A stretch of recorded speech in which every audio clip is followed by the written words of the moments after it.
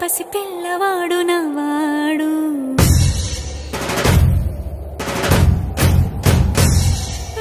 విడుముండోడు అని ఊరువాడ అనుకున్న గాని మహారాజు నాకు నవాడు